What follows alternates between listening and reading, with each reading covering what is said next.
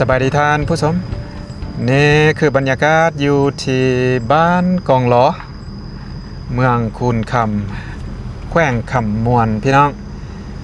หลังจากอุ่นใจกับวินเนอร์นะเราเดินทางมาแต่มื้อนี้เดินทางมาแต่ปักสันเป้าหมายตอนนี้ก็คือสิเข้าไปเบิ่งถ้ำกองหลอว่าเพิ่นยังสิเปิดให้เฮาเข้าบ่เพราะว่าตอนนี้ก็3 โมงละก็ลองไปเบิ่งพี่น้องบรรยากาศถ้ำกองหลอก็บ่ได้มาหลายเดือนหลายปีแล้วพี่น้องเอ้ยครั้งล่าสุดที่อุ่นใจมาก็น่าจะประมาณ 6-7 ปีหลังเนาะก็ลองไปเบิ่งว่าตอนนี้เป็นแนวได้ละก็รู้สึกว่าเงียบสงบอยู่เข้ามานักท่องเที่ยวก็บ่เห็นหลายปานใดแต่ว่าอยู่บ้านกองหลอนี่ก็คือเป็นบ้านน้อยแต่ว่ามีสถานที่พักเป็นบ้านพักโรงแรมร้านอาหารต่างๆนี่ถือว่ามีพร้อมให้ทานไล่เลยล่ะพี่น้องเอ้ยก็ลองไปเบิ่งว่าเพิ่นสิให้เข้าบ่พี่น้องลองไปเบิ่งไปนี่ก็คือหน้าถ้ำทางเข้าพี่น้องเมืองคูนคำยินดีต้อนรับเข้าสู่แหล่งท่องเที่ยวถ้ำกองหล่อพี่น้องลองเบิ่งว่าเพิ่นสิยังค่ายปีอยู่บ่ตอนนี้เรายังสามารถเข้าได้อยู่เพิ่นเปิดฮอด 4 โมงแรงก็ลองไปเบิ่งค่าเข้าถ้ำกองหล่อผู้หนึ่ง250,000 กีบต่อคนเนาะกันถ้ามีผู้แชร์นำกันถ้าบ่มีผู้แชร์นำก็ถือว่าต้องได้เมาลำไปเป็น private ก็เที่ยวละ400,000 กีบพี่น้องก็ลองไปเบิ่งเนาะว่าสิมีผู้แชร์กับเฮาบ่เข้ามาแค่นี้ก็ถือว่าเป็นป่าใหญ่ป่าทึบนะต้นไม้ใหญ่เลยบรรยากาศดีเข้ามาทางใน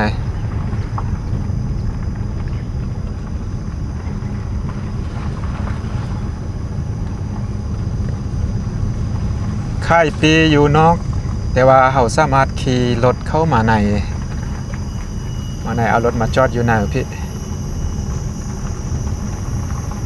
ฮอดแล้ว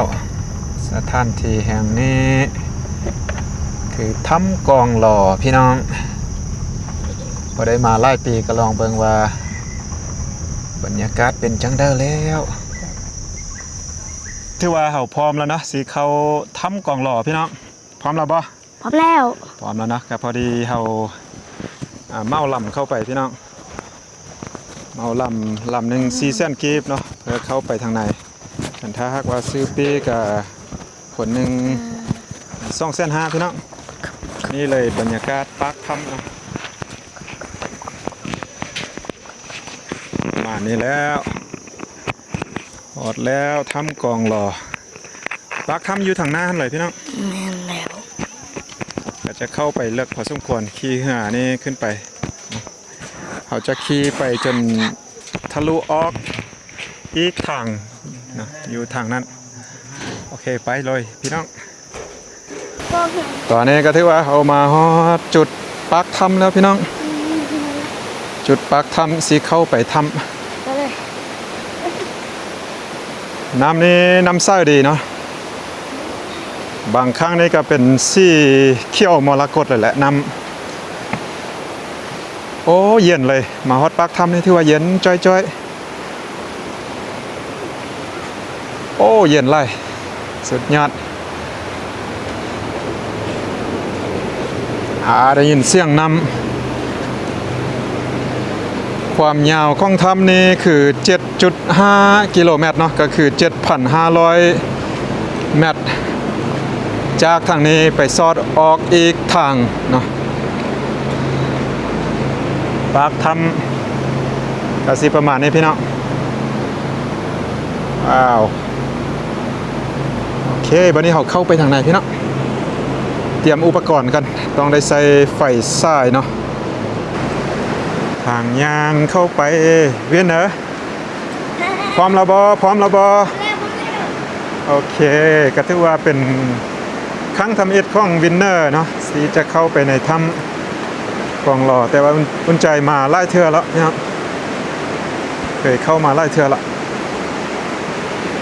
แต่กระดนพอสมควรแล้ว หลายปีผ่านมา6 7 8 ปีผ่านมาเพราะว่าตอนนั้นพานักท่องเที่ยวมาตลอดเลยพี่น้องไอ้โซเฟอร์เพิ่นก็เติมน้ำมัน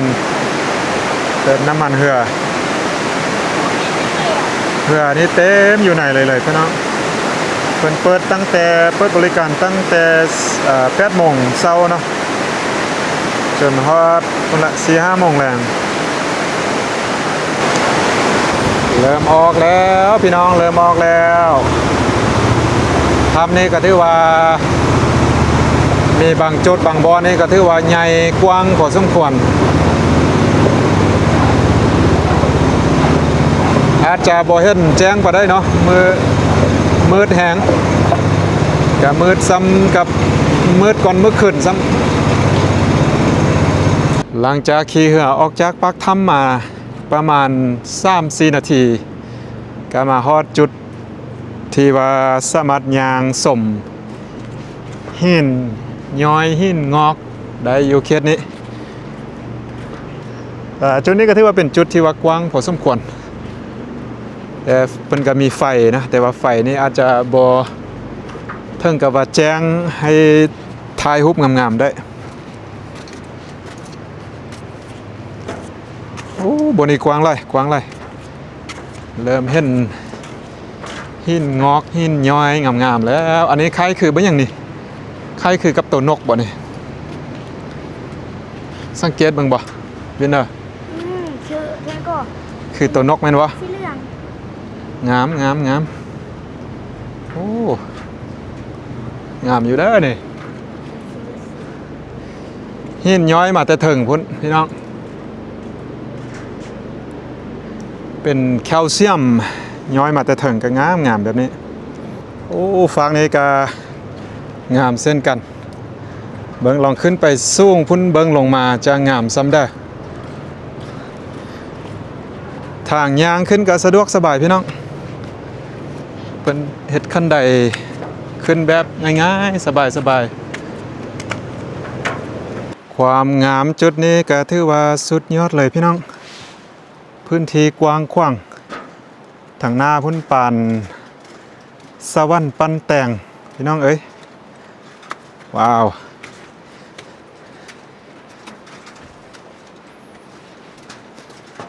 สุดยอด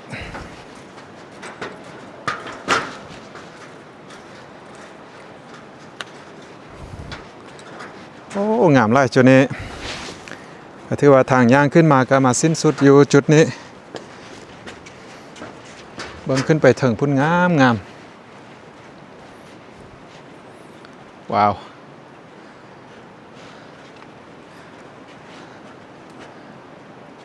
ธรรมศาสตร์สร้างขึ้นมา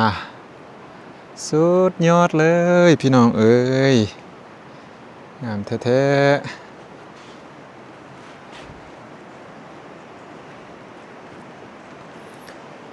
โอเคบัดนี้เราไปต่อพี่น้องไปต่อเราต้องกลับลงไปห้าเหือแล้วก็ขี่เหือขึ้นน้ำต่อมันก็ยังมีจุดที่ว่าสามารถเบิ่งหินย้อยหินงอกงามๆเติมอยู่ทางหน้าพุ่นตอนนี้เราก็มาฮอดจุดสมหินงอกหินย้อยเติมจุดหนึ่งจุดนี้ก็งามเช่นกันที่ว่าเขาขี่เหือมาลงฝั่งนี้แล้วก็จะย่างผ่านจุดนี้เหือเพิ่นก็จะไปฮับอยู่อีกโซนของจุดนี้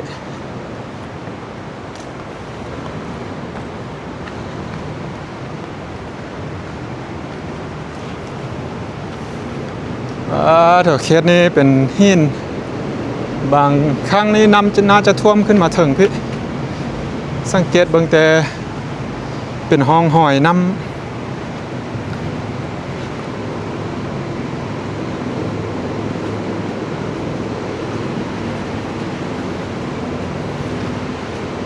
เริ่มเห็นหินย้อยหินงอกงามๆแล้ว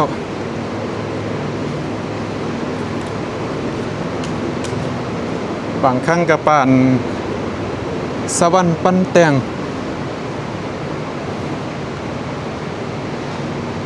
อันนี้คล้ายคือกับเศร้าเนาะ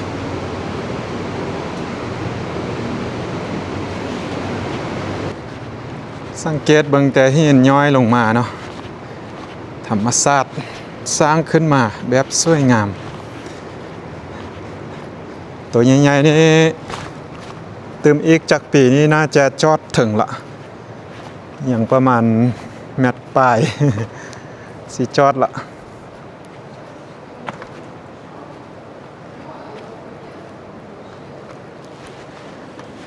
ทางนั้นก็งามเช่นกัน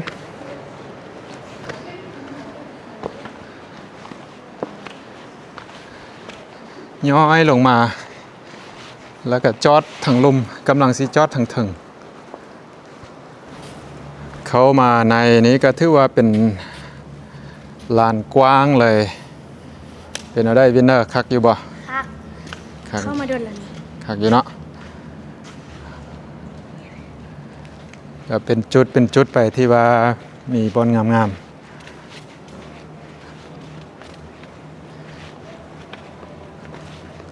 มันคล้ายๆคือกับว่ามีหมอกเนาะบ่แจ้งปานใดเป็นมืดๆมัวๆหน่อยนึงจุดนี้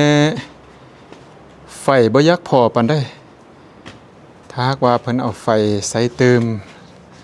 บวกกับมีไฟเสียงซี่งามเลยแหละบ่นี่สังเกตเบิ่งเสานี้เนาะเถอะสวยงามพี่น้อง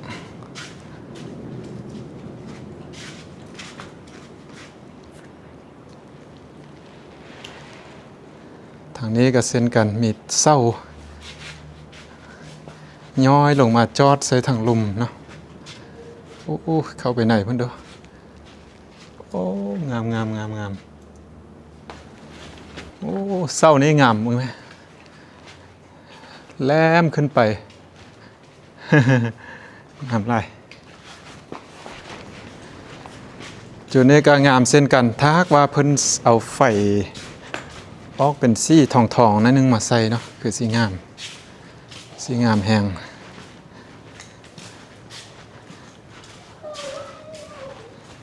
ย่างไปเรื่อย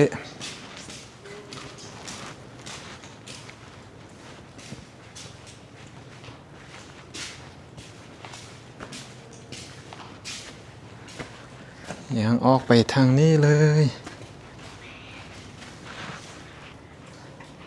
โอ้จุดนี้ที่ว่าสิ้นสุดอยู่นี่เนาะสิ้นสุดอยู่นี่อันนี้ก็คล้ายคือเศร้าที่ว่ามาจอดใส่ทางลมพี่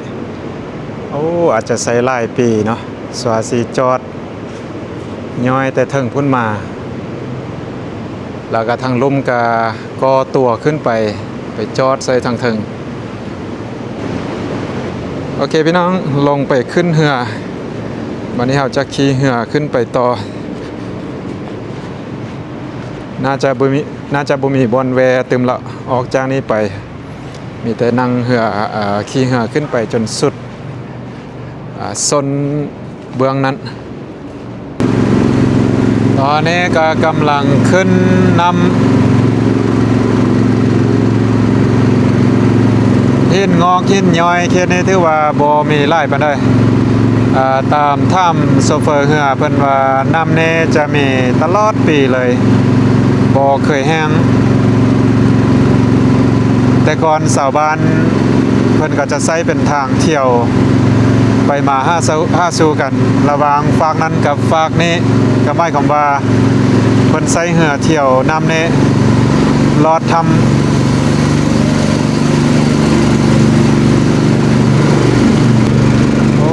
กว้างแท้กว้างว่าเขตนี้พี่น้องกันถ้าว่าเอาไฟใส่แล้วมาอยู่ไหนนี่ถือว่าเป็นอีกเมืองหนึงเลยนี่นะเนาะมีดอนทรายพร้อม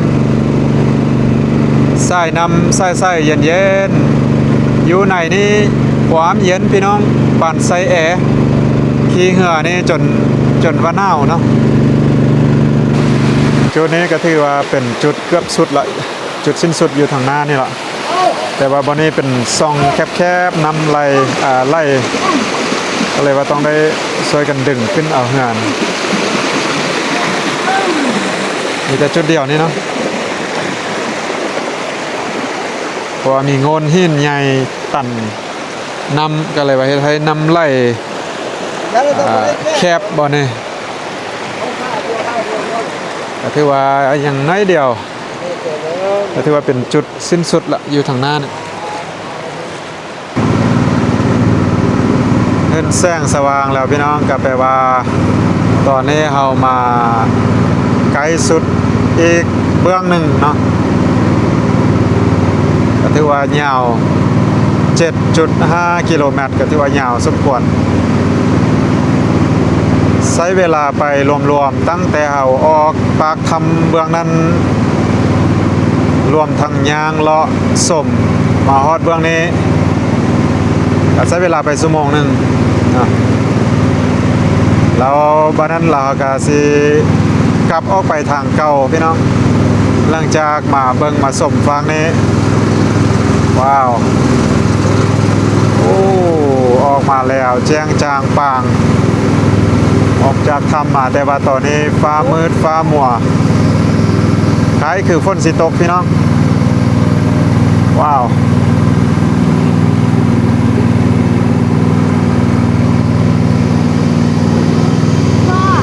ผู้งามไล่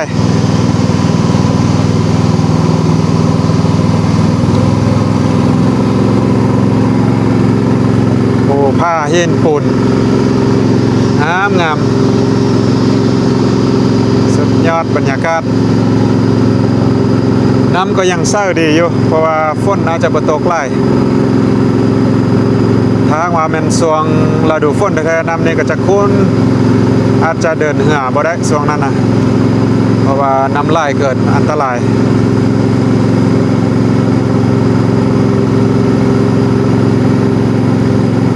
แต่ก่อนนั้นก่อนจะมีทางประชาชนอยู่บ้านเพราะว่าอยู่เทิงนี้มีบ้านประชาชนมันก็จะใส่ทางน้ำนี่แหละเที่ยวไปมาหาสู่กันข้ามไปฝั่งนั้นก็ถือว่าสะดวกสบายว้าวนี่ก็เป็นปลาเที่ยวงามดีแต่ว่าตอนนี้บ้านอยู่เทิงนั้นเพิ่นมีทางสะดวกแล้วเพิ่นก็เลยว่าบ่จำเป็นต้องเที่ยวทางนี้เนาะไปทางรถทางราง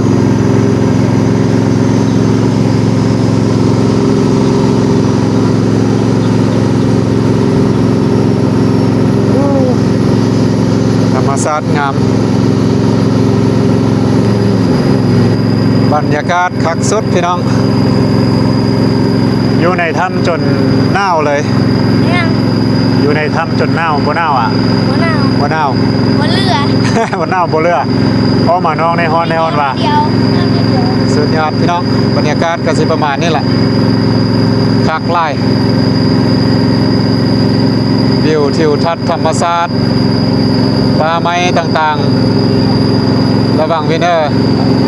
นั่งลงไปวันนี้ตกลงน้ำสนุกว้าวคักสุดก็ถือว่าตอนนี้เรามาฮอดเขตนี้มีห้านต่างๆสถานที่เพื่อทุกลำก็มาจอดอยู่นี่แหละพี่น้องก่อนปกตินักท่องเที่ยวจะขึ้นไปย่างเลาะตามเขตนี้ก่อนจะลองกับอีกเติมนะหลังจากมาฮอดบับฟักนี้หลังจากมาฮอดฟักนี้ก็จะได้บรรยากาศประมาณนี้มีห้านค่ายเครื่องค่ายของสถานที่บรรยากาศดีเลยล่ะ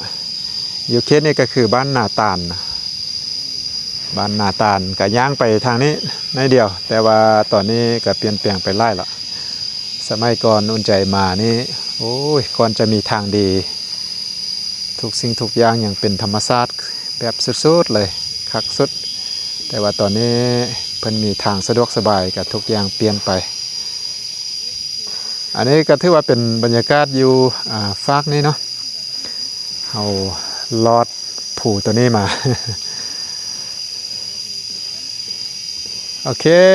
ประมาณนี้พี่น้องฟากนี้เดี๋ยวอุ่นใจกับสิ ขี่เหือกลับไปเบื้องเก่าที่เฮามาตอนนี้ฟ้าห้องหึมๆแล้วพี่น้องฝนน่าจะตกลงมาลองเบิ่งแผนที่หน่อยหนึงนี่แผนที่เขตบ้านนี่พี่น้อง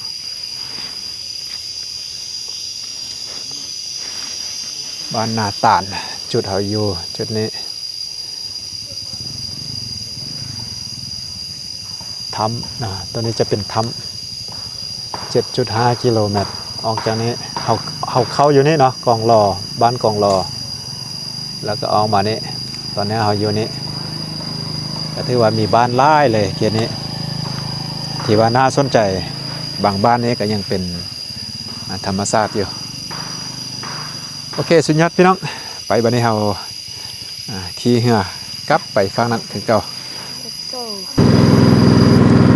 ตอนนี้ก็คือเรากำลังจะขี่กลับ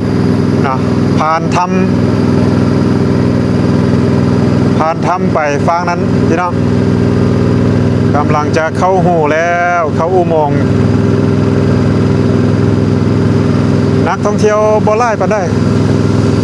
ก็ถือว่าเงียบสงบดีเพราะว่าช่วงนี้ก็คือเริ่มสิเข้าหน้าฝนแล้วก็เลยว่านักท่องเที่ยวน้อยลงถ้าเป็นช่วงฤดูฝนแท้ๆนักท่องเที่ยวจะหลาย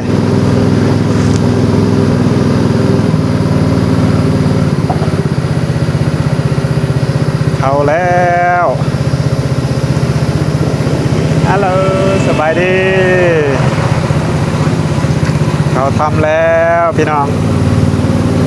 ว้าวออกในไปกับมืดกึ๊บเลยแล้วโอ้เย็นพี่น้องเย็นจ้วยเลยอากาศนี่ถือว่าป่านอยู่ในห้องแอร์มืดเลยบ้านนี้ออกมาแล้วพี่น้องก็ถือว่ากลับออกมาทางเก่าใช้เวลาอยู่แต่สาวปลายนาทีกันท่าโบแวเนาะเพราะว่าลองค่ากลับนี่ลองนำก็เลยบาเหตุให้มาไวนิดนึงเนาะเพราะว่าน้ำไล่แห้งบางจุดออกมาแล้ว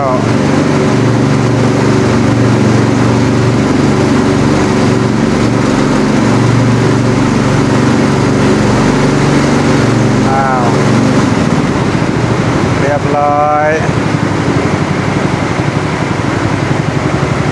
ฮอดบอลจอดเหือแล้วโอเคโอ้ฝั่งเสียงนำไล่แห้งเรียบร้อยพี่น้องเฮียพลอยตอนนี้เราออกมาฝั่งนี้แล้วออกมาทางเก่าที่เราเข้าไปรวมๆแล้วทั้งเมื่อทั้งมวลใช้เวลาอยู่ชั่วโมงไปอันนี้เราเกือบ2 ชั่วโมงเนาะอันนี้เราบ่ได้ไปย่างอยู่ฝากเบื้องนั้นเพราะว่าเราไปแล้วมันฝนคือสิตกก็เลยว่าเฝ้าขี่เหือกลับความจริงเราเพิ่นก็ให้เวลาล่าอยู่ท่านสามารถไปย่างไปหาบ้านเนาะเหือนี่บ่สามารถลองลงจุดนี้ได้เพราะว่ามันจะน้ำตกน้ำอันนั้นอยู่หั่นเนาะเป็นน้ำตกเป็นแก้งสุดยอดเป็นอะไรโคตรดีขี่เหือคักบ่คักขี่เหือเที่ยวทำกองหล่อพี่น้องสุดยอดแป๊บนึงนะ หนาวเนาะจนเย็นเลยอยู่ทางน้องนี่ฮ้อนว่าบัดเข้าไปไหนแล้วเป็นอะไรหนาว โอเคเนาะก็สิประมาณนี้พี่น้องสำหรับการมาเที่ยวถ้ำกองหล่อเนาะถ้าคันได้อย่างบ่ทันได้มาก็มาพี่น้องช่วงนี้น้ำอย่างเศร้าดีน้ำอย่างบ่ไหลสะดวกสบายในการขี่เหือเที่ยวถ้ำพี่น้องโอเคเจอกันคลิปต่อไปพี่น้องสำหรับคลิปต่อไปว่าเขาสิไปใส่เนาะ เจอกันคลิปต่อไปสำหรับคลิปนี้ขอลาท่านผู้ชมไปสำนี้สบายดีพี่น้อง บ๊ายบาย โอเค